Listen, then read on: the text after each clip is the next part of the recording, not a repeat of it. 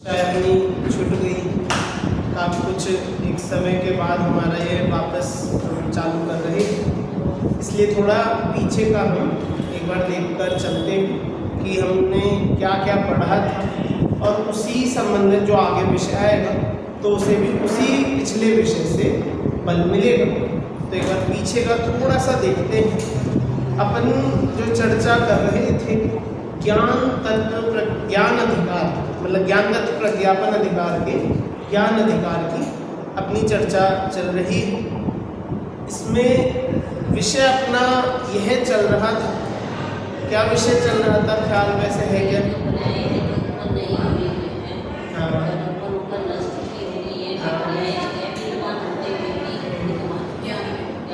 ठीक है कि देखो बहुत बढ़िया कि जो पर्याय नहीं है, मतलब जो भविष्य की आएंगी नहीं, और जो पर्याय जा चुकी है जो होकर नष्ट हो गई, मतलब भूतकाल, तो वे पर्याय ऐसे तो नहीं है भाई, दोनों बार हमने यही बोला कि नहीं और नहीं, लेकिन ना होते हुए भी उनकी सत्ता है। कैसे, कहाँ? कि ज्ञान के अंदर जो केवल ज्ञानी का ज्ञान है उनमें वे विद्यमान है, उनके ज्ञान में वे झलक रही, तो वे ना होते हुए भी उनके ज्ञान में दिखती है ना। ये हमने चर्चा पढ़ी और फिर इसके बाद ये भी बताया कि यदि जो ज्ञान है, जो केवल ज्ञान है, अगर वे इन पर्यायों को ना जान सके, भूत की भविष्य की पर्यायों को यदि यह ज्ञान ना जान सके तो फिर उसमें क्या विशेषता है, तो फिर उस ज्ञान की क्या दिव्यता है, मतलब कि वो इतना तो जानेगा ही, इससे कम जान के क्या ही ज्ञान। अगर भूत भविष्य ना जाने तो इससे फिर हल्का कैसा ज्ञान, फिर हम कैसे ज्ञान को हम बढ़िया बताएं? हाँ, हम भी सामने जान रहे, वे भी जान रहे हैं, तो इसलिए दिव्यता उसी ज्ञान में है जो भूत भविष्य को जान सके और निश्चित जान सके, सशर्त ना जाने, अधूरा ना जाने, परोक्ष ना जाने। समझ में? सशर्त समझते? सशर्त क्या कि अगर मैं चल के, हाँ, कि पढ़ेगा तो पास होगा, नहीं पढ़ेगा तो फेल होगा। केवल ज्ञानी का ज्ञान ऐसा होता है जो बताता है कि ये पढ़ेगा भी और पास भी होगा, या फिर नहीं पढ़ेगा और पास होगा, और पढ़ेगा तो भी फेल होगा। तो इन सब में से जो एक बात सच्ची होने वाली है केवल ज्ञानी को, बस उस एक बात को जाने, और सब तो है ही नहीं, हमने क्या जाना है ना, सशर्त नहीं। और क्या बताया था कि परोक्ष नहीं होता, कि इन भूत भविष्य की पर्यायों को भी परोक्ष नहीं जानते, उन्हें भी प्रत्यक्ष जानते हैं। कैसे जानते हैं? वर्तमानवत प्रत्यक्ष जानते हैं। समझ में आया? ऐसा नहीं कि जैसे हम किसी दूसरे देश के बारे में सोच रहे हैं या अपने किसी घर परिवार के रिश्तेदार के बारे में हम यदि सोचते हैं तो कैसे सोचता है, वो हमारे सामने खड़े थोड़ी हो गए, हम अपने दिमाग में कल्पना करते हैं अपनी स्मृति से, ठीक, स्मृति से ही जानेंगे और कैसे जानेंगे, है ना। तो इन सब से हम जैसे परोक्ष जानते हैं, तो ऐसे केवल ज्ञानी जो भगवान है वे भूत भविष्य को परोक्ष नहीं जानते, बिल्कुल सामने जानते हैं, प्रत्यक्ष। अब देखो, अब जो हमारी आगे चर्चा आने वाली है गाथा नंबर 40 और 41 की, ठीक है, तो इस 40वीं और 41वीं गाथा में भी आज अपन यही पढ़ेंगे कि इस इंद्रिय ज्ञान और अतीन्द्रिय ज्ञान में क्या अंतर है, इंद्रिय ज्ञान किसे कहते हैं और अतीन्द्रिय ज्ञान किसे कहते हैं, ठीक है। ये चर्चा अपनी आ जाएगी। प्रश्न क्रमांक 58 खोलने में, इस पर हम एक बार ये ऊपर जो उत्थानिका है वहाँ से पढ़ते हैं, फिर गाथा और पद्यन्वत पढ़ेंगे। विगत गाथाओं में यह समझाया गया है कि अतीन्द्रिय प्रत्यक्ष ज्ञान से सभी द्रव्यों की तीन काल संबंधी सभी पर्याय एक साथ एक समय में जन्म ली जाती। अब इन 40 और 41वीं गाथा में इंद्रिय ज्ञान और अतीन्द्रिय ज्ञान की तुलना करते हुए यह बता रहे हैं कि इंद्रिय ज्ञान के लिए सभी पदार्थों की त्रिकालवर्ती सभी पर्यायों को जानना शक्य नहीं है। इसके लिए क्या बोला, क्या थोड़ा जल्दी तो नहीं पढ़ दिया? हाँ, कि इंद्रिय ज्ञान जो है वो तीन पर्यायों को जानने में समर्थ नहीं है, नहीं जान सकता। कौन नहीं जान सकता? इंद्रिय। क्या नहीं जान सकता?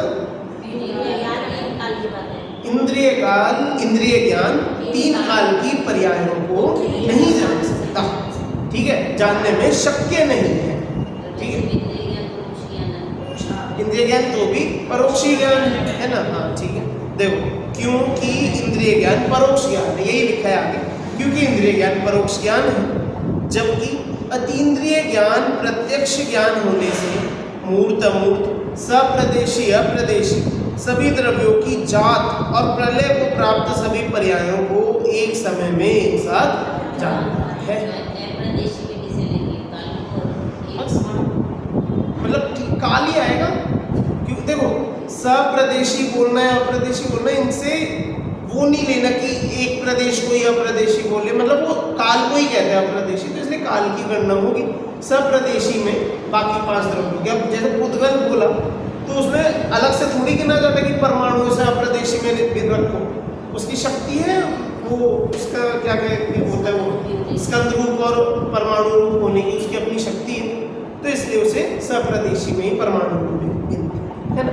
तो देखो बात क्या चल रही है, विषय अपना यह चल रहा है कि इंद्रिय ज्ञान कुछ भी नहीं जान सकता। अरे भैया यहाँ तो 3 काल की पर्याय आपने बोल दिया सब कुछ भी नहीं जान सकता, तो देखो अभी बताइए कि इंद्रिय ज्ञान की कितनी शक्ति है, कैसा कितना हद तक जान सकता है, कितनी उसकी क्षमता है, और अतीन्द्रिय ज्ञान की कितनी क्षमता है। समझ में आया कि इंद्रिय ज्ञान की कितनी क्षमता और अतीन्द्रिय ज्ञान की कितनी क्षमता, तो दोनों के बारे में यहाँ भी देखो गाथा हम पढ़ते हैं, गाथा भी बहुत सरल है और उसका पद्यान्वय देखकर आज का विषय मतलब कहने का मतलब है बहुत सरल है, सामान्य विषय आपको बहुत सरलता से समझ में आएगा। थोड़ा सा अपना हम दिमाग नहीं रखे, बिल्कुल सब समझ में आएगा, बहुत सरल विषय है आज का, है ना। देखो गाथा पढ़ते हैं, पद्यानुवाद पढ़ेंगे। अथम अक्ष निवदितम इहा पूर्वे हिंजे निजा विजानन्ति तेसिं परोक्षभूतम् नादुमसक्कं तिपन्नत्तम् अपदेशं सपदेशं मुत्तममुत्तं च पज्जयमजादम् पलयं गतं च जानाति तं नाणमदिन्द्रियं भणियं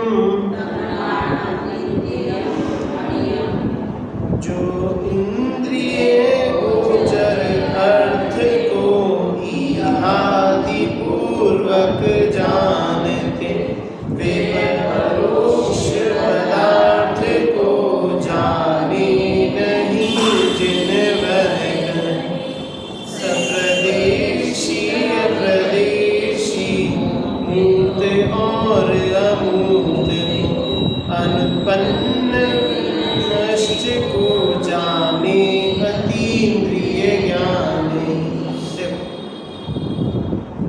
बिल्कुल अब हमने जो पढ़ा सुना है ना आज तक कि इंद्रिय ज्ञान ऐसा और अतीन्द्रिय ज्ञान ऐसा, बस सब वही बातें हैं। देखो सबसे ये गाथा से देखते हैं।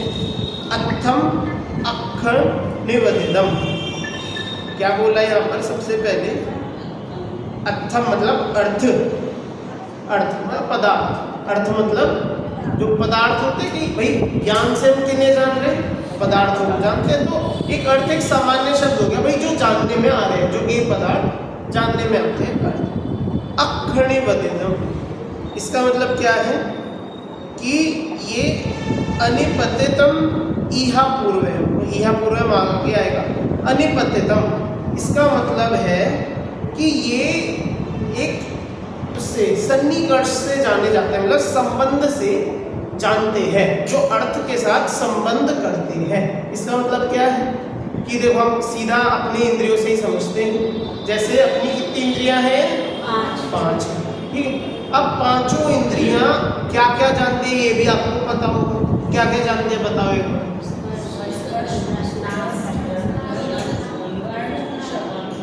कि जो स्पर्शन इंद्रिय वो स्पर्श को जानेगी, रसना इंद्रिय रस को, घ्राण इंद्रिय गंध को, और चक्षु इंद्रिय रंग को वर्ण को, और कर्ण इंद्रिय शब्द।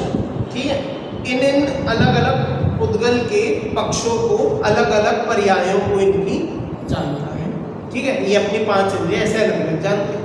तो जो ये जानते हैं कैसे जानते हैं, जैसे अब बोला कि स्पर्शन इंद्रिय स्पर्श को जानता है, तो उस स्पर्श को छूकर ही जानेगा। ठीक है, ऐसा नहीं है कि इस जगत में सारे उद्गलों के सारी इनकी स्पर्श पर्यायों को हमारी स्पर्शन इंद्रिय जाने, ऐसा हो सकता है। जब हमने सारी दुनिया हमने बड़ी बात बोल दी, यहाँ बाहर सड़क पे कोई वस्तु रखी हो, अब वो बताओ गर्म है कि ठंडी, यहाँ से छू के बताओ, बता सकते हो क्यों? हाँ, कि जैसे यदि फीवर बुखार आदि देखना हो, ताप है, शीत है, गर्मी सर्दी क्या है, तो वो भी छूकर ही पता लगाया जा सकता है। इसका क्या मतलब है कि जैसे स्पर्शन इंद्रिय है वो किसी वस्तु को छुएगा तो ही उसका ज्ञान होगा, अथवा नहीं हो सकता। चलो, इसके बाद रसना। अब किसी वस्तु का स्वाद बताओ, स्वाद किसी वस्तु का कब आता है? जब वो जीभ पर रखी जाए, जब उसे हम खाएं, उसे हम चखें, तो ही उसका स्वाद आता है। तो जीभ भी बिना उसके छुए उस वस्तु का ज्ञान नहीं कर सकती। अब घ्राण इंद्रिय क्या करती है कि जब तक किसी वस्तु की कोई गंध ना आए, चाहे अच्छी हो बुरी हो अलग विषय, जब तक उस वस्तु की गंध नाक में ना पड़े तब तक हमें गंध का ज्ञान नहीं होगा, उस सुगंध का दुर्गंध का ज्ञान नहीं होगा। अब आप चक्षु का बताओ कि चक्षु तो छूकर नहीं जानती, भैया वो वस्तु रखी आंखों से दिख रही, ठीक है, तो इसने तो दूर का जान लिया। लेकिन देखो इसमें भी अंतर ये है कि चक्षु के साथ ये नहीं तो अन्य दिक्कतें बनी कि चक्षु दूर का तो जान सकती है, लेकिन जैसे बिना रोशनी के नहीं जान सकती वस्तु। भाई अब हमें देखो, अब इसमें कोई आप बोल सकते हो कि नहीं बिना रोशनी के भी हम देख सकते हैं, कि क्या अंधेरा देख सकते हैं? अरे अंधेरा नहीं देखना, अभी तो हमें टेबल देखनी है, अभी हमें जिनवाणी देखनी है, अब कर दो अंधेरा देख लो, तो देख सकते क्या? यदि अंधेरा कर दे तो हमें इस कमरे में अंधेरे के अलावा कुछ दिखेगा क्या? नहीं। तो इसका मतलब जैसे चक्षु भी है, तो उसे पदार्थों का ज्ञान करने के लिए देखो उसे छूने की जरूरत नहीं। अब आंख में हमको छूकर उसे जाने तो ये तो बात नहीं बनी, लेकिन प्रकाश चाहिए आंखों को देखने के लिए। क्या चाहिए? रोशनी, प्रकाश चाहिए। रोशनी के बिना आंखें नहीं देख सकती। वो कहते हैं कि इनकी तो भैया आंखों की रोशनी चली गई। अब बताओ उनकी आंखें हैं लेकिन रोशनी नहीं है, तो रोशनी चली जाएगा मतलब क्या? क्यों आंखें बेकार, आंखों से कुछ दिखता ही नहीं है जी, रोशनी चली गई इनकी। तो इसका मतलब क्या कि आंखों को भी जानने के लिए ऐसे उस रोशनी का संबंध चाहिए कि वो रोशनी उस वस्तु पर छुए और हमारी आंखों पर पड़े, तो ही हम उस वस्तु का आंखों से ज्ञान कर सकते। और शब्द आवाज का भी ऐसे कि जब तक किसी वस्तु की आवाज जो तरंगे कानों में ना पड़े, आवाज की तरंगे होती हैं, जब तक वो कान में ना पड़े तब तक हम सुनाई। तो कहने का मतलब देखो क्या निकला कि जो इंद्रियां हैं वो जब तक उनका पदार्थों से कोई फिजिकल डायरेक्ट संबंध नहीं होगा ना, तब तक वो उन्हें जान नहीं सकते। तो यहाँ सबसे पहले बोला अथम अक्षणिवदिदम, कि सबसे पहले वो चाहिए निपतित। अक्षर निपतित मतलब कि वो उस पर पड़े, वो जो पदार्थ पर वो इंद्रियां पड़े या पदार्थ उन इंद्रियों पर छुए। निपतित मतलब उन पर उनका संबंध बने। इसके बाद बोला ईहा पुवेहिम जे विजानती। ईहा, ईहा जानते हो? ईहा क्या होता है? ईहा नहीं, सारे बताओ शुरू से। अब अग्रे ईहा अपाय और धारणा, इसका ये क्या होते हैं? ये मति ज्ञान के भेद है। ठीक है, भेद। अभी क्या क्या होते हैं, चलो हम एक बार, क्योंकि भाई ये देखो विषय आया, संदर्भ आया, तो एक बार इनका भी हमें डिवीजन जैसा करना चाहिए। अवग्रह किसे कहते हैं? अरे वो तो सबको ही जानना कहते हैं, वो तो ज्ञान में ही सब कुछ जान आ गया। अवग्रह किसे कहते हैं? हाँ ऐसा बोलो, बहुत सही। हाँ कुछ है, कुछ है, नहीं देखो वो ठीक है, वो है, वो सही है कि है मात्र, लेकिन एक सामान्य भी हम बोल देते कि कुछ है, हमें पता नहीं क्या, कि जो है बस कुछ तो है, आपको पता नहीं कुछ है बस, ना उसमें कोई शंका है, ना कोई प्रश्न है, ना कोई विशेष ज्ञान है, बस जो है मात्र का जो अनुभव कर रहा है, जो है मात्र का हमारे ज्ञान में झलका है, उसका नाम होता है अवग्रह। समझ में आया अवग्रह किसे कहते हैं? जो है होने मात्र को, अस्थि मात्र को जो झलका है उसे अवग्रह कहते हैं। ठीक है, इसके बाद क्या? ईहा किसे कहते हैं? कि क्या है, हाँ, कि जानकर देखा, मतलब जाना, तब मन में वो शंका उठी कि क्या, वो शंका बिल्कुल क्लियर नहीं बनती। अब जैसे मैंने घड़ी देखी, देखते मुझे आ गई घड़ी है, अब क्या यहाँ ईहा हुई कि नहीं हुई? कि ईहा तो हुई है, लेकिन वो नहीं, समझो समझो, जैसे अभी मैंने आँख बंद करी और खोली और मुझे घड़ी दिखी, मैंने मेरे मन में घड़ी है, ठीक है, अब वो ठीक है, बात आती है वो धारणा, अरे धारणा तो आ गई, धारणा की मना नहीं कर।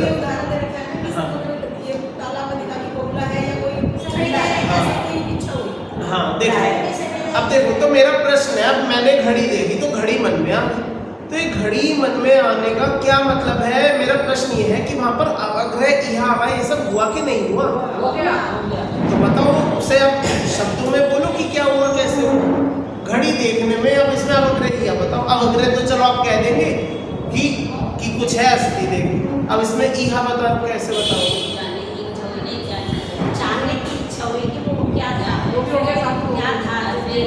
अब समझो, अब बात समझो, यह इच्छा क्या हुई? आप अपने आप से तो पूछो कि भैया हम जानते हैं, हम देखते हैं, क्या इच्छा? आपने मुझे देखा, आपने देखा ये संयम है, अब इसमें बताओ क्या इच्छा की, क्या है ऐसी इच्छा कुछ आई थी क्या? जैसे साड़ी ऊपर सूख रही थी, ठीक है, वो ऐसे आंखों से ओझल होकर और गिर गई, ठीक है, तो मुझे लगा कि कुछ गिरा, ठीक है, अब फिर हमने ध्यान दिया कि मेरी साड़ी ऊपर सूख रही थी, मैं देखने के लिए गई तो साड़ी निकली। हाँ। वो तो आप इसके लिए कह रहे हो कि जिसमें आपको शंका बनी। अब जो चीजें क्लियर दिख रही है, जो गिरा वो क्या था, हाँ तो वो तो हम कह देंगे वो ईहा है। अब मैं ये जैसे मैं पुस्तक देख रहे हो, पुस्तक है, चलो आप पुस्तक से नहीं समझोगे, कोई ऐसा सामान्य उदाहरण लेते हैं, जैसे आपके बालक है, बच्चे, आपने अपने बच्चों को देखा, ये मेरा पुत्र, पहली बार नहीं देख रहे, आपने अपने जब से उनका जन्म हुआ तब से आप देख रहे हो, तब से आपने वही जान देखते, तो आपने अपने बच्चे को देखा, अब वहां पर आप ईहा, ये अवग्रह ईहा आप कैसे लगाओगे? वो तो धारणा तक आ गई ना। अरे धारणा तक तो आगे, वहां तो अवग्रह ईहा हुआ कि नहीं हुआ? मेरा तो सवाल ये है। पहले तो सबसे पहले यही होता है। कब सबसे पहले? कब सबसे पहले? उसको जैसे गेट खोला, जैसे बैल बजाई उसने, तो मैंने देखा कि भाई है या नहीं, तो पहले अवग्रह होएगा। अच्छा, तो आप मतलब आपका कहने का अर्थ ये है कि जिन चीजों को हम पहले से जानते हैं उनकी सीधा धारणा होती है, अवग्रह या अवयव नहीं होता है। ऐसा नहीं है, तो फिर कैसे होता है? बहुत ज्यादा, ये तो बोलो ना, सही बोला बिल्कुल कि अवग्रह ईहा अवयव होते हैं, लेकिन इतनी जल्दी होते हैं क्यों पकड़ में नहीं आते। मतलब हम उन बातों को शब्दों में पिरो नहीं सकते, बोल नहीं सकते। अब हमने आपको देखा, हम आपको जानते हैं, हमने आपको तुरंत पहचान लिया, है ना? ठीक है, समझ में आया? हमने आपको देखा और हमने आपको तुरंत पहचान लिया। अब इसमें अवग्रह ईहा अवयव धारणा हुई कि नहीं? धारणा छोड़ो, अवग्रह ईहा अवयव हुई कि नहीं? अब वो इतनी तेजी से ये सब कार्य एकदम हो जाते हैं कि हमें इनमें कोई अंतर ही पता नहीं लग पाता, है ना? वो अपनी, क्योंकि ज्ञान की ऐसी क्रिया है, मतिष्ठ ज्ञान की, कि वो ऐसे ही जानता है। समझ में आया? तो अब देखो कि अवग्रह होता है, उसके बाद ईहा होती है, फिर उसके बाद अवाय। अवाय क्या होते हैं? शंका होती है। अवाय मतलब कि जो शंका हुई थी, मतलब जो जानने में शंका थी, जो ईहा थी, उसका कोई एक निर्णय नहीं। क्लियर हो गया कि हाँ, अब देखो, अब वो जो निर्णय है, देखो अभी एक बात और है, वो जो निर्णय है वो जरूरी नहीं कि वो सही है। नहीं, धारणा तक पहुंचने की भी बात नहीं कर रहे, मैं कह रहा हूं कि वो जो निर्णय हुआ वो वस्तु का सही निर्णय हुआ, ये कोई जरूरी नहीं है। जैसे उदाहरण को दिया था वो बगुला वाला, और कौन सा क्या नाम? झंडा है कि बगुला है। हमने बीच तालाब में एक ऐसे एक डंडी पर सफेद सफेद सा कुछ है। अब हमें सवाल उठा कि झंडा है कि बगुला। अब वो ऐसे ऐसे हो रहा था, हमें लगा बगुला अपने पंख फड़फड़ा रहे, हमने कहा ये बगुला है, और उसकी हमने धारणा करी। फिर हम जाकर देखेंगे, अरे ये तो झंडा था, ये ऐसे कर रहा था, ऐसे थोड़ी कर रहा था, ये तो झंडा है। तो फिर वो जो पिछली वो ईहा अवाय धारणा क्या होगी, उसका क्या होगा? वो तो हो चुकी ना। तो हो चार हो चुकी। गई इकट्ठी। नहीं, कहने का मतलब जो हमने पहले निर्णय किया, वो निर्णय तो किया ना कि हाँ ये यही है, तो वो सही था कि गलत हुआ, सही हुआ कि गलत हुआ? शंका थी आपका तब तक तो कि वो लगा के वो लेकिन जब पता चला कि झंडा है तो वो चारों हो गई, फिर वो धारणा में आ गई। और उससे पहले जब हमने अपने मन में गलत निर्णय किया था, तब क्या वो अवाय के वो मतलब अवाय कहलाएगा कि नहीं? कहलाएगा। कि कहलाएगा, वो कहलाएगा, लेकिन वो गलत कहलाएगा। मतलब देखो, जो अवग्रह ईहा अवाय धारणा जो होती है ना, इसमें जैसे हम बोल देते हैं कि हाँ निर्णय कर लिया कि ये तो ये है। अब वो निर्णय हमने सही किया गलत किया उससे कोई संबंध ही नहीं।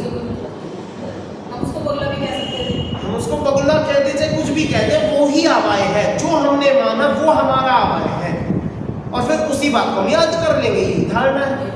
भाई धारणा किसे कहते हैं? कि जानी हुई वस्तु को ज्ञान में रखना, ज्ञान में निश्चित हो जाता है। मतलब एक अनंतर काल तक नहीं भूलना। सही शब्द यह है कि जानी हुई वस्तु को अनंतर काल तक नहीं भूलना, इसे धारणा कहते हैं। ठीक है, तो अब ये धारणा होगी। अब इसका सही गलत से कोई भी संबंध नहीं। देखो मैं क्या समझाना चाह रहा हूँ, आपको लग रहा होगा कि ये पंडित जी ऐसे छोटे बच्चों का विषय लेकर बैठ गए। छोटे बहुत बड़ा विषय। हाँ देखो मैं क्या बता, हमारा चल रहा है ना क्लास। अच्छा चल रहे हैं, हाँ तो सही है, फिर तो और बढ़िया है। हाँ ठीक है, तो देखो कहने का मतलब क्या है, हम अभी इंद्रिय ज्ञान पढ़ रहे हैं कि कैसा जानता है। कि पहले तो अच्छा एक आपने और बात पढ़ी होगी यदि आप पढ़ रहे हो कि अवग्रह ईहा अवाय धारणा जो है, आपने अभी बोला था कि जरूरी नहीं सारी प्रक्रिया पूरी हो जाए। अवग्रह हो के वहीं तक रुक जाए, आगे जाने। अवग्रह ईहा हो जाए अवाय ना, अवग्रह ईहा अवाय तक भी हो जाए, याद ना रहे धारणा ना।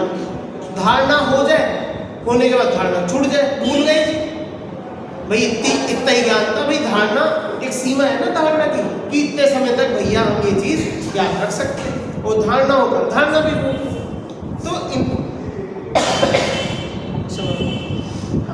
तो इंद्रिय ज्ञान का जो जानने की प्रक्रिया भी कितनी छिछली सी है, कितनी खराब सी है। मतलब कि कुछ जान पा रहे हैं, नहीं जान पा रहे हैं, और उसे कितनी पराधीनता है। सही जान रहे कि नहीं जान रहे उससे कोई मतलब ही नहीं है, बस जान रहे हैं, है ना। तो इंद्रिय ज्ञान कैसा कि सबसे पहले तो संबंध होकर जाने। पहला क्या था, जो पहला बोला था ना, निपतितम, कि पदार्थ से उसका संबंध होगा तो ही जानेगा। दूसरा क्या था कि ईहा आदि पूर्वक जानेगा। ठीक है, फिर उसके बाद बोला तेसिम परोक्ष बुधम। परोक्ष क्या होता है? परोक्ष। परोक्ष मतलब परोक्ष। परोक्ष मतलब जो सामने प्रत्यक्ष दिखा दे, कि जो सामने ना दिखे। परोक्ष मतलब जो सामने ना दिखे, अन्य की सहायता से दिखे। जैसे मध्य ज्ञान और शुद्ध ज्ञान परोक्ष ज्ञान में आ गए, इंद्रिय की सहायता से जाना। हाँ बिल्कुल, कि जैसे मति शुद्ध ज्ञान परोक्ष ज्ञान ही होते हैं, इंद्रिय ज्ञान जो है वो परोक्ष ज्ञान होता है। क्यों? क्योंकि इसमें हम पर की सहायता से पर को जानते हैं। हम इंद्रिय और मन की सहायता, तो वे भी तो पर ही हो गए, पर को जानते पर हो गई ना। और उससे भी कैसे जानते हैं कि पर को ही जानते हैं, ये नहीं कि उनसे अपने को ही जान ले तो भी सही कि पर वस्तु से, पर अक्ष से किसे जानते हैं कि पर को ही जानते हैं, परोक्ष ज्ञान होता है ऐसा, है ना।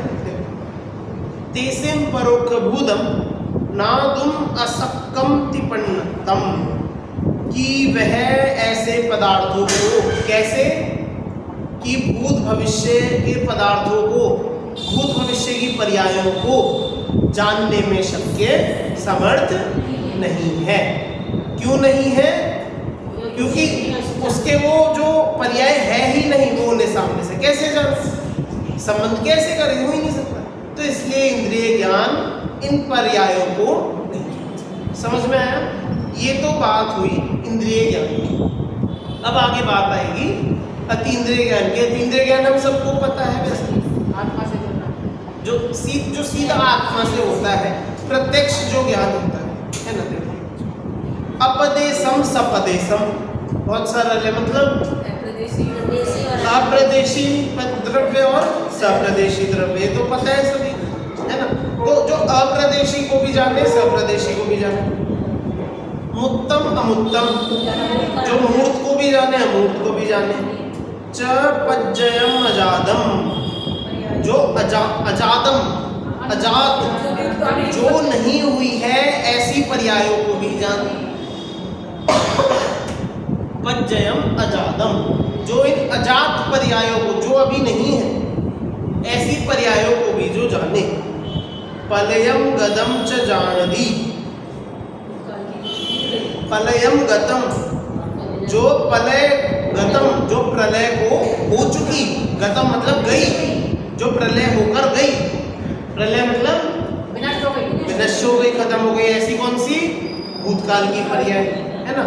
इनको च जानादि, जानदी इनको जानता है, तम नाणम अदिंदियम भयम, ऐसा ज्ञान नाणम अदिंदियम, अतीन्द्रिय होता है। सबको समझ में आया इसमें? कोई बहुत, क्योंकि अब चर्चा ही पूरे इस अधिकार में इसी अतीन्द्रिय ज्ञान की ही थी, इसमें अब क्या नया मैं आपको सबको समझ में आ गया।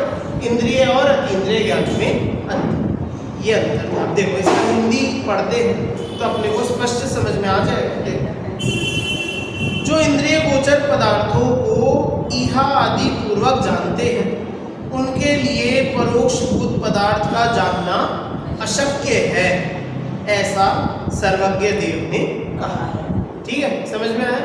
आगे, जो ज्ञान अप्रदेश को सप्रदेश को, मूर्त को अमूर्त को, अनुत्पन्न और नश्वर पर्यायों को जानता है, वह ज्ञान अतीन्द्रिय कहा गया है। क्या कहा गया है? जो सबको जाने, चाहे वो पदार्थ दिखता हो ना दिखता हो, इकट्ठे वैसे अप्रदेशी रहता हो सप्रदेशी रहता हो, उसकी पर्याय चली गई हो या ना आई हो, जैसा भी है, जो कुछ भी है, उन सबको जो जानता है उसे क्या कहते हैं? अतीन्द्रिय ज्ञान कहते हैं। चलो, ये समझ में आया ना? अब इसकी जो टीका है, एक बार टीका से हम समझते हैं, फिर आगे देखेंगे। उक्त गाथाओं का भाव तत्व प्रदीपिका में इस प्रकार स्पष्ट किया गया है। विषय और विषयी के सन्निपात मतलब मिलाप लक्षण वाले इंद्रियों और पदार्थों के सन्निकर्ष को प्राप्त करके जो अनुक्रम से उत्पन्न इहा आदि के क्रम से जानते हैं। अभी ठीक है, थोड़े शब्दों का चयन कठिन होता है, पर ये सब आपको आता है, बहुत सरल बात है। देखो फिर से पढ़ता हूँ। विषय और विषयी, विषय मतलब जो वस्तु है, पदार्थ, और विषयी जो उनको जानने वाला, मतलब हम ज्ञान, जो ज्ञानी जान। तो इनके सन्निपात से, सन्निपात मतलब मिलाप, इनका जो संबंध बनना, मिलाप होना, है ना। तो विषय और विषयी का जब मिलाप होता है, तो मतलब जो ज्ञान और वस्तु का जो मिलाप होता है, तो ऐसे मिलाप लक्षण वाले इंद्रियों और पदार्थों के सन्निकर्ष को प्राप्त करके, सन्निकर्ष मतलब जोड़, संबंध, सन्निकर्ष मतलब जोड़, है ना। उसको संज्ञा ज्ञान कर देगा, संज्ञा भी जोड़ ज्ञान को जानता है। क्या संज्ञा जोड़ ज्ञान को जानता है, तो जोड़ ज्ञान को जानता है।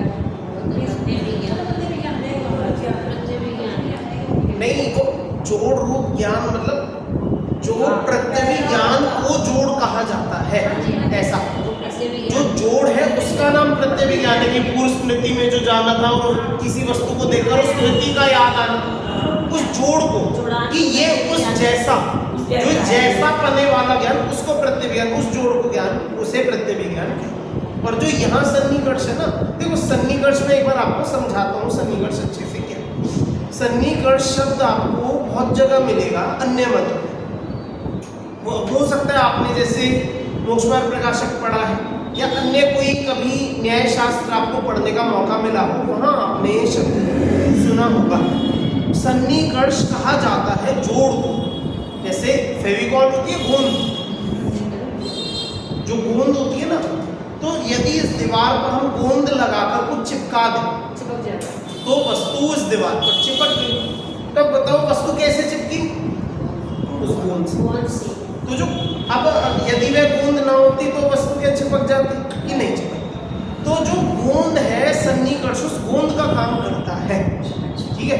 अब देखो इसमें अन्य मत कैसा मानते हैं कि जैसे कोई एक मत है वो मानता है कि जो हमारी आत्मा है वो निर्गुण है। कैसी? कोई मत है अन्य मत में, वो ऐसा मानता है अन्य मत में कोई धर्म कि जी आत्मा निर्गुण होता है, आत्मा में स्वभाव रूप से कोई भी गुण नहीं है। तो फिर सवाल बनता है कि भैया जो ये गुण दिख रहे हैं ये कहाँ से है? तो बताते हैं कि ये गुण इसी संसार में से इसे मिले। तो भैया वो मिलकर कैसे लगे साथ में? तो कहते हैं कि वो सन्निकर्ष से मिले। उन्होंने एक नई चीज बना दी सन्निकर्ष, कि वो सन्निकर्ष आया और उस गुण को उस आत्मा के साथ चिपका दिया। जैसे बच्चों का प्रोजेक्ट बनाते हैं उसमें चांद सितारे चिपकाने पर रहते हैं कि एक सितारा लिया गोंद लगाई चिपकाया, फिर ये जैसे आपने इसी पर जिनवाणी पर ही गोंद लगाया और ये चमकीली डाल दी और ये चिपक। तो ऐसे वो कहते हैं कि आत्मा में जब एक गुण को लिया और ये सन्निकर्ष नाम की गोंद लगाकर उसमें चिपकाते हैं, जोड़ते हैं, तो उससे जुड़ जाता है, तो उसमें वो गुण आ जाता है। तो सन्निकर्ष अन्य मतों में इस तरह से इस्तेमाल होता है, लेकिन वो गलत है। ये जो अभी तक ये जो भी बोला ये सब अन्य मत का है, हमारा नहीं, ठीक है। तो सन्निकर्ष, अब यहाँ जो सन्निकर्ष की चर्चा चल रही है, जो अपने अभी जोड़ की जो चर्चा चल रही है वो किसकी है? किसका जोड़ बता रहे हैं यहाँ? विषय। बहुत बढ़िया। कि जो इंद्रिय ज्ञान है वो वस्तु को जो जानता है वो सन्निकर्ष से जानता है। सन्निकर्ष मतलब जब उनका संबंध होगा, जब उनका संबंध होगा, कि जब हमारा हाथ इस जगह छुएगा तो ही हमें इसका पता लगेगा। जब हमारी जीभ पर हम कुछ रखेंगे, नींबू को चखेंगे, मीठा चखेंगे, तो उस मीठे का, नींबू का, खट्टे का ज्ञान तब होगा। समझ में? सन्निकर्ष कि जो छूने रूप का ज्ञान है तो उसे सन्निकर्ष कहते हैं। जैसे उसको स्पर्श हुआ उससे तो उसको जाना चाहिए। हाँ, वो अब वो पांचों इंद्रियों पे आप लगा दो। गंध है, जब तक वो गंध जो हवा है वो नाक में ना जाए तब तक। आंखों का आप कैसे बताया था मैंने? प्रकाश से। आंखों का होता है सन्निकर्ष, वस्तु से तो देखो हो नहीं सकता। अब हम कहीं जिनवाणी आंखों में ही छू दो, यही माइक को देखने में छू दो, ऐसे होगा कि आंखों का सन्निकर्ष प्रकाश से होता है, कि जो प्रकाश है वो उस वस्तु पर पड़े और वहां से निकल के वो प्रकाश हमारे आंखों में पड़े। समझ में? तो उससे हमारा उस वस्तु से आंखों का सन्निकर्ष। हाँ क्या?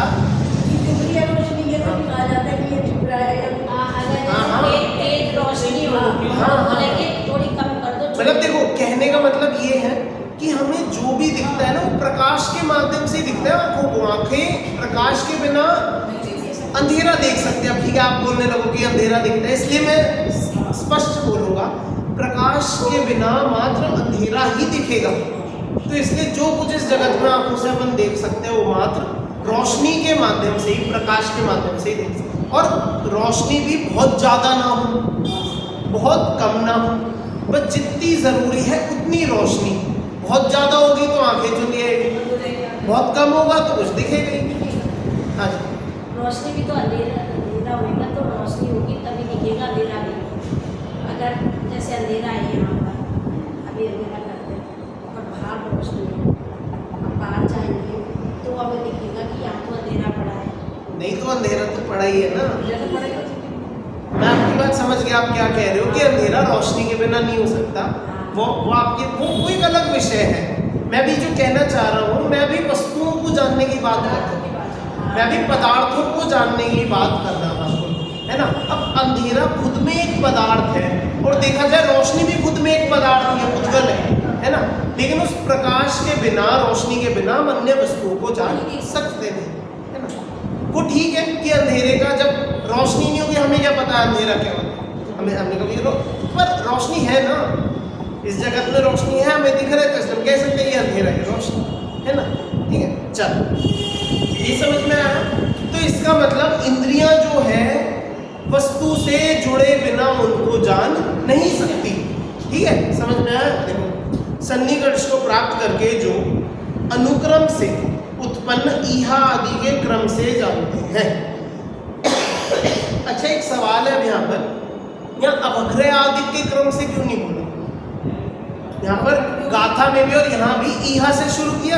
देखो आप पढ़ो, ईहा लिखा, शुरू अवग्रह से करना चाहिए था। वो क्या ज्ञान नहीं है?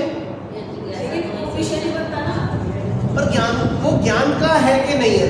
नहीं है तो ज्ञान का है, लेकिन पूरा प्रत्यक्ष विषय नहीं बनता। देखो अब इसमें, देखो मैं इसमें एक बात बताता हूँ, ये बिल्कुल ऐसी की ऐसी सही है या नहीं मुझे नहीं पता, लेकिन जो मैंने पढ़ा है कि जो अवग्रह है वो ज्ञान का कार्य नहीं है, वो दर्शन का कार्य है। मैंने बोला था ना सामान्य दर्शन। हाँ भैया, आपने शायद, मैंने देखो सुना नहीं कि आपने यदि बोला था, तो समझ में आया क्या कह रहा हूँ। यहाँ पर ईहा की से शुरू इसलिए किया है कि ईहा ही उस विशेषता का काम करती है, ईहा उस ज्ञानपने का काम करती है।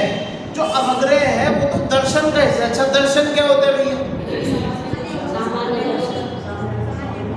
दर्शन मतलब सामान्य, मतलब कुछ मतलब ऐसा लगा कि कुछ था और पता नहीं क्या। तो जो अवग्रह है वो क्या है? जानना है और सामान्य अवलोकन में क्या है? कि कुछ है, और अवग्रह में भी कि कुछ है। अरे तो कुछ है और है में अंतर क्या है? एक ही तो बात है। देखो बात समझो, जो जानने की जो प्रक्रिया होती है भैया वो दर्शन पूर्वक ही होगी, वो तो हमें सबको पता है, ज्ञान दर्शन पूर्वक ही होता है। अब वो दर्शन को हम कैसे समझाएं? दर्शन क्या है? दर्शन सब यही बताएंगे कि जो पकड़ में नहीं आता, बस वो ज्ञान से पहले जो होता है उसे दर्शन। तो दर्शन का काम है सत्ता मात्र का ग्राहक मतलब जानने वाला, ग्रहण करने वाला, जो सत्ता मात्र को ग्रहण करे, जानना नहीं बोल सकते, ग्रहण करने वाला, प्रतिभास के, ठीक है, जो सत्ता मात्र को ग्रहण करे। अब इसमें शर्त ये है कि कोई विशेष नहीं हो सकता। जैसे सामान्य बोला ना कि जो दर्शन होता है वो सामान्य का ग्रहण करता है और जो ज्ञान है वो विशेष का ग्रहण करता है। विशेष मतलब भेद कि अलग से जानना, किसी चीज को अलग करके जानना। और सामान्य मतलब सबको जोड़ के करना, जोड़ के ग्रहण करना, सब कुछ एक ग्रहण करना, एक करना। तो जो दर्शन, जो ये अवग्रह है ना, ये ही दर्शन है। अब देखो यहाँ पर बहुत ही स्पष्ट सामान्य लिखा है, अगर यहाँ पर अवग्रह लिखा होता तो हम कहते कि वो ज्ञान का अंश है, लेकिन यहाँ पर बात शुरू किससे करी? ईहा से। इसका मतलब क्या कि जो ज्ञान का प्रारंभ होता है, जो ज्ञान क्रिया का, जानन क्रिया का, वो ईहा से होता है। यदि ईहा ना हो तो वो दर्शन मात्र होकर रह जाए। जो अवग्रह है वो क्या, किसके अंश में आएगा? दर्शन के। लेकिन उसे हम सिर्फ दर्शन के पल्ले में ही बोले तो वो भी सही नहीं है तो वो भी मति ज्ञान का ही अंश है ना। जो ये अवग्रह है क्योंकि मति ज्ञान का ही भेद है, तत्वार्थ सूत्र में आपने हमसे पढ़ा है ना। लेकिन वो जो उसका जो ग्रहण करने की जितना परिमाण है, जितना दायरा है, वो दर्शन के खाते में ही हमें समझ में आता है। अब इसमें और विशेष क्या है वो चर्चा करने योग्य है, समझने पढ़ने योग्य है, तो इस पर विचार देखो। ये समझ में आया, ये जो अभी यहाँ पढ़ रहे थे कि वस्तु को जानने के लिए सन्निकर्ष होगा, मतलब संबंध होगा।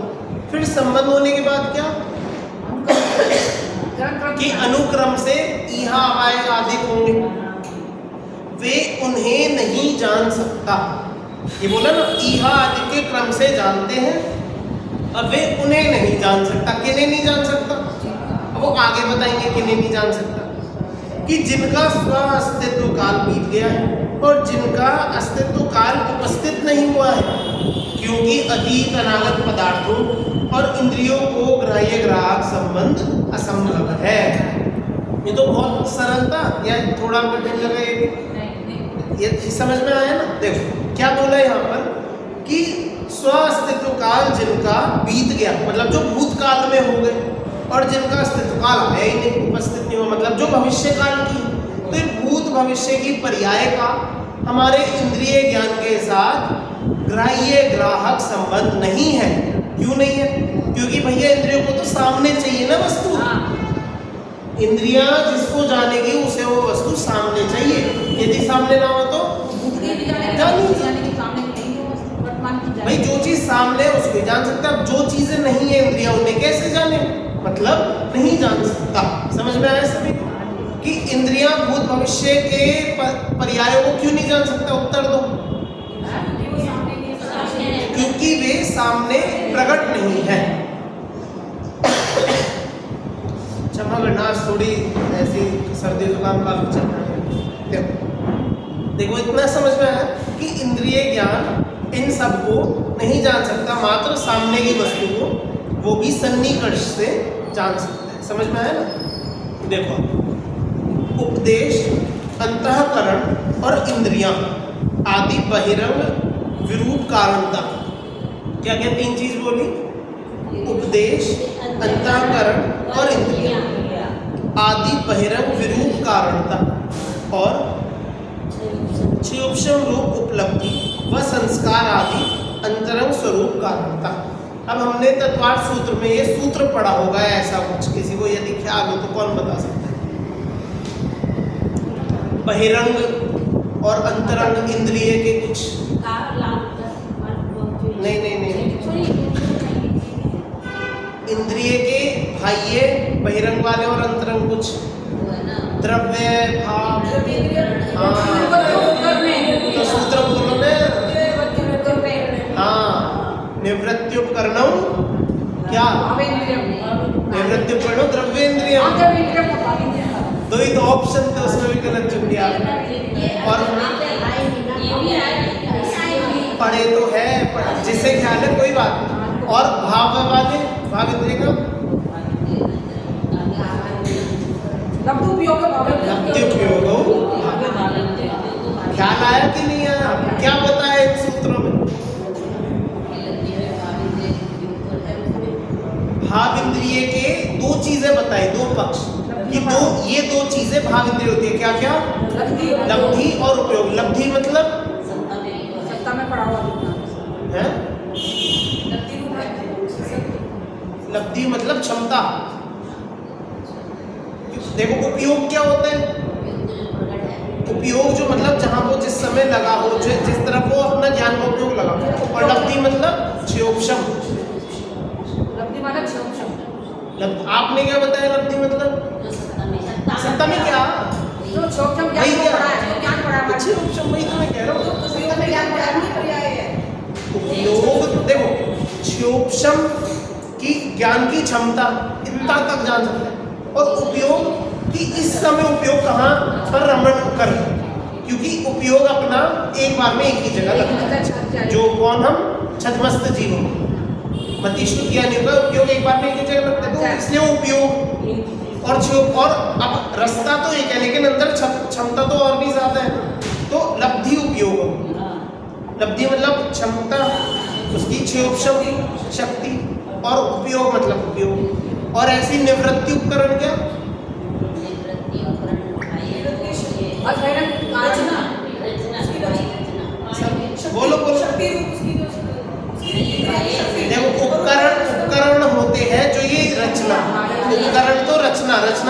शरीर है, आँख नाक, ये उपकरण।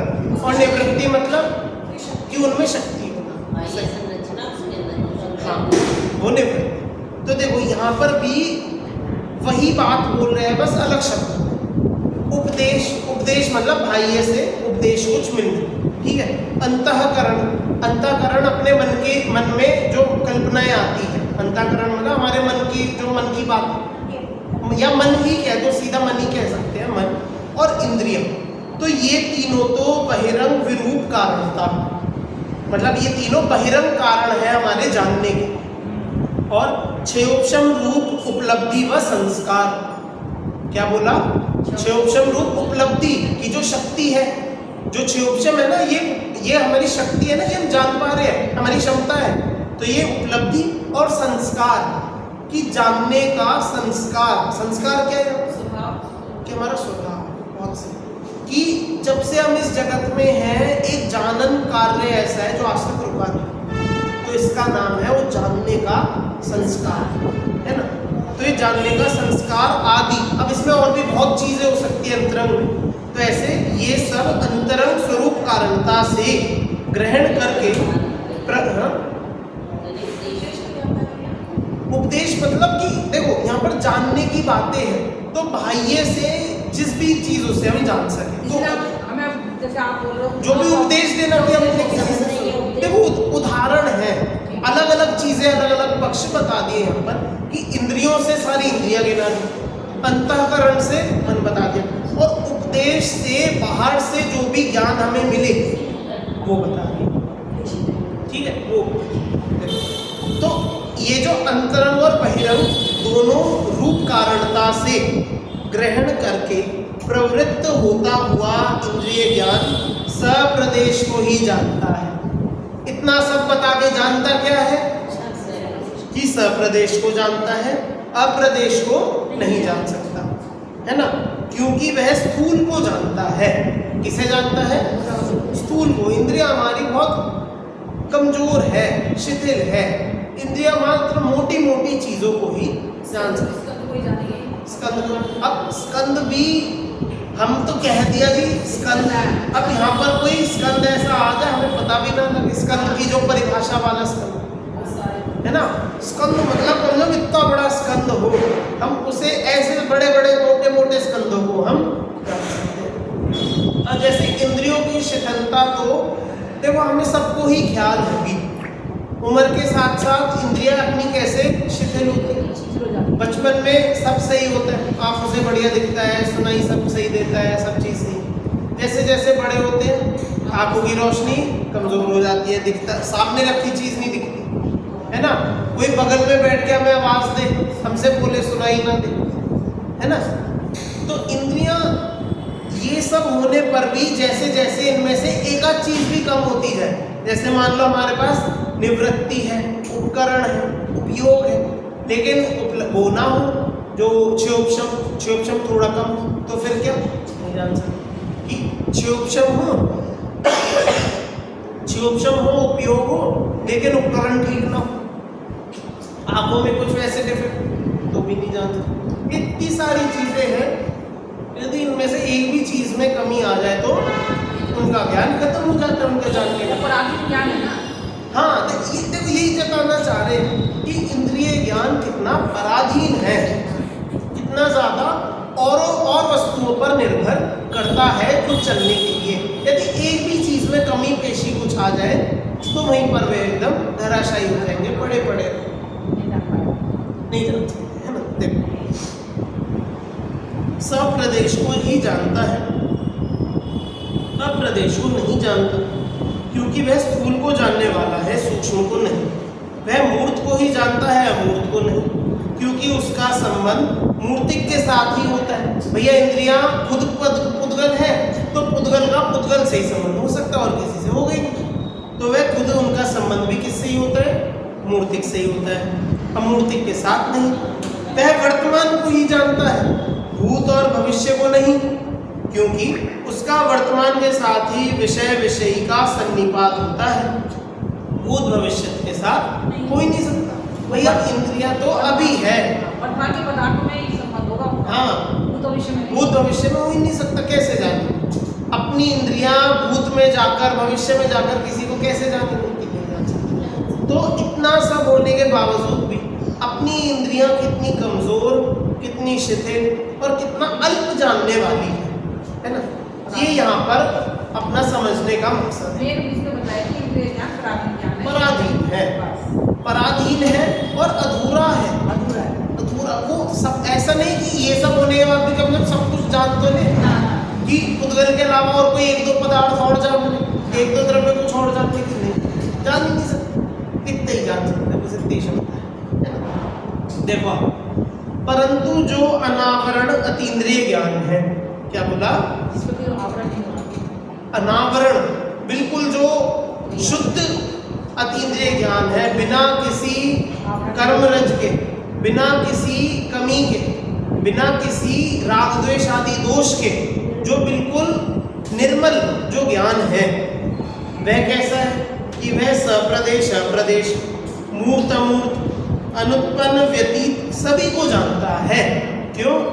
क्योंकि वे सभी के हैं। क्या बोला? अब देखो यहाँ पर भी कैसी एक महिमा सी हमें समझ में आएगी। जैसे इंद्रियों के लिए तो बता दिया कि ये बेचारी जान ही नहीं सकती, कि जो इंद्रियां हैं वे इन अमूर्त को, अप्रदेशी को, वे इन भूत भविष्य की बातों को इंद्रियां जान ही नहीं सकती। क्यों? क्योंकि इसमें उनके साथ संबंध ही नहीं हो सकता। और अब देखो अतीन्द्रिय ज्ञान के लिए कैसे संबंध बैठाएंगे कि ये सब पदार्थ ये है। क्या है? ये है। ये का मतलब जानने में आने वाली, कि जो जानी जाती है उन्हें ये बोलते हैं। भैया इनका नियम है, ये जानी जाएंगी। देखो, क्योंकि वे सभी ये हैं, ज्ञेयता का उल्लंघन नहीं करते, चाहे वस्तु सूक्ष्म हो, अप्रदेशी इस समय में ना हो, लेकिन कोई भी जगत में कोई वस्तु, कोई पर्याय ज्ञेयता का उल्लंघन कर नहीं सकते। ज्ञेयता का उल्लंघन मतलब कि कोई वस्तु ऐसी नहीं हो सकती जो जानने में ना है, जो जानने में ना है। देखो ये बहुत इसका बिल्कुल स्पष्ट सांग रूपक एक उदाहरण दिया। जिस प्रकार अनेक प्रकार का ईंधन धाह्य होने से, क्या बोला? लकड़ी डालती है, उसमें डाल के काटे करते। सुनो, हाँ सही है बात तो, कि जिस प्रकार अनेक प्रकार का ईंधन, कि ईंधन के नाम पर बहुत चीजें हम गिनवा सकते हैं। भाई जो कुछ भी जल जाए उसका नाम ईंधन है। अगर हम ये चटाई बोले कि ये ईंधन है कि नहीं, है भी ईंधन, है ना, जल सकती है। लकड़ी, लकड़ी तो होती है। मूंगफली के छिलके भी जला, किसके छिलके? मूंगफली के, हाँ है ना। देखो जैसे बात समझो कि कुछ जो कुछ भी जल सकता है वह सब कुछ क्या है? ईंधन है। जो कुछ भी जल सकता हो। अब अच्छा, शरीर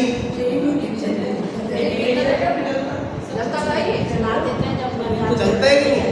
घर जलते हैं। लेकिन ईंधन तो उसे ही बोलेंगे जिसमें खाना बनाया जाए। देखो यहाँ पर अभी देखो बात क्या चल रही है। देखो अभी आपका बिल्कुल बहुत सही ये सवाल है कि ईंधन तो हम उसे ही कहते हैं जिसे हम, अब बात ये है ना, खाना बनाने के लिए हम अपना घर या शरीर जलाएंगे नहीं ना, तो इसलिए खाना पकाने के लिए ईंधन तो वो जो एलपीजी गैस आती है या लकड़ी, कोला, चूल्हा, जो भी जिस पे भी आप अपना खाना बनाओ, ईंधन उसके लिए तो वही है। अब आग से पूछो भैया तुम्हारे लिए क्या ईंधन है, आग तो बोलेगी भैया जो पकड़ ले मुझे मैं तो मान लूंगी। आग से पूछो तुम्हारे लिए क्या ईंधन है, तो आग तो जहां जो उसे पकड़ ले बस उसके लिए तो वही ईंधन है। वो थोड़ी पूछेगी तुम क्या हो और कैसे जलती हो। यदि वे जली तो हम जल जाएंगे। उसका पास पेट्रोल डाल दो, देखिए चल जाएगी वो तो। पेट्रोल डाल नहीं देखो आपको, देखो यहाँ अच्छे बुरे ईंधन का सवाल नहीं है, यहाँ मात्र ईंधन की बात है। वो तो और तेज से जलेगी ना। वो तो है ही, वो तो है ही। जो जितना अच्छा ईंधन होगा उतना अच्छा चलेगा। जो खराब, जैसे गीली लकड़ी है वो नहीं जलेगी, धीरे धीरे जलती है, नहीं जलती है ना। तो जो अच्छा ईंधन होगा वो अच्छे से चलेगा, जो खराब ईंधन होगा। लेकिन यदि कोई वस्तु ईंधन है तो जलेगी, वो धाह्यपने का उल्लंघन नहीं कर सकती। समझ आए? देखो जिस प्रकार अनेक प्रकार का ईंधन धाह्य होने से धाह्यता का उल्लंघन नहीं करने से प्रज्वलित अग्नि के लिए धाह्य जलाने योग्य ही है, अतः वह सभी को जला देती है। क्या बोला कि जब अग्नि लगती है, जब आग लगती है, तो यदि वह वस्तु जलने लायक है तो उसे जला देगी, वो उससे पूछेगी नहीं। अगर वो जलने लायक होगी तो वो जली जाएगी, चाहे उसकी कितनी ही कीमत क्यों ना हो। अब जैसे आप बताओ हीरा, हीरा जल सकता है सोना भी नहीं कहते कि हमें तो यही पता है कि नहीं जल सकता, लेकिन वो अन्य तरीकों से जल सकता है। नहीं, झटकने की बात नहीं कर रहे। जैसे हीरा है तो उसके अलग ऐसे केमिकल आते हैं, उसमें डाल दो वो जल जाएगा एकदम खत्म। समझ में आया? तो ऐसे हम नहीं समझ सकते कि क्या चीज़ जल सकती है कि नहीं। सबके अपने अपने धाह्य के अनुसार हर वस्तु जल सकती है। अब हम सोचते हैं पत्थर है, पत्थर तो जल ही नहीं सकता हो, पत्थर कैसे जलेगा जी आप? लेकिन पत्थर भी पिघल जाता है, भीषण अग्नि के सामने पत्थर भी पिघल जाता है। ज्वालामुखी, ज्वालामुखी क्या है? वो अग्नि है कि नहीं? अब बताओ उसमें क्या वो आग की लपटें निकलती है क्या? कि वो पत्थर है पिघल गई, चट्टाने पत्थर है पिघल गई। तो अब बताओ क्या नहीं जल सकता? देखो पहले तो यहाँ बोल रहे थे कि सिर्फ ईंधन, लेकिन अंत में यहाँ बोला अतः वह सभी को जला देती है। अग्नि की कैसी शक्ति कि वो किसी से नहीं पूछेगी कि भैया तुम क्या हो, बस शर्त ये है बस अग्नि उतनी ज्यादा होनी चाहिए। टेम्परेचर उसको उसी भाई कागज है, कागज जरा सी एक माचिस की आग में जल जाएगा। और ये स्टील लोहा है, इसके लिए इतना बड़ा वो औजार आते हैं जिनमें आग निकलते खूब, ऐसी गर्म आग कि हमारे छूते ही हाथ में छेद हो जाए कि ऐसी आग चाहिए तो ये भी जल जाए। तो आग कितनी जितनी ज्यादा आग हो तो उसके सामने सब कुछ ईंधन है इस जगत में। विधान में है कि नादर सब कार्य के इधर ही करना। क्या? जो चंदन है आपके बंधन के योग्य है, ये सब कार्य के समान है। हाँ। जल जाएगा सब। वो नादर तो सब सब कुछ जलने ही योग्य है। देखो बात कितनी समझे। तो जैसे ये जो उदाहरण कितना सांग रूपक मैं दिखा रहा हूँ कि अग्नि के सामने कुछ नहीं टिकता, बशर्ते अग्नि उतनी तेज हो तो सब कुछ ही वो जला देगी, वो पूछेगी नहीं तुम क्या हो। आपने बोला सोना चांदी नहीं जलता, भैया उसे उसमें डाल दो, उसे डाल दो उसमें जो भट्टी में जो जलाते हैं, उसे पिघला के और चीज़ों के साथ मिला दो, उसे ज्वालामुखी में डाल दो, फिर ढूंढ लो उसे, कहीं जल जाएगा ना। तो देखो जैसे सब कुछ उस धाह्य से जल जाता है, कुछ बच नहीं सकता उस धाह्यता से, तो ऐसे ही जगत के सभी पदार्थ और उनकी सारी पर्यायें की है, कुछ बच ही नहीं सकता ज्ञान से। ज्ञान के जानने में सब कुछ नियम से आएगा ही आएगा, आएगा ही आएगा, सब कुछ जानने में आएगा, कुछ भी उस ज्ञान के जानने में आने से बचेगा। चाहे अच्छा हो चाहे बुरा हो सब आएगा। अरे अच्छा बुरा हल्का कुछ भी हो, कुछ भी हो।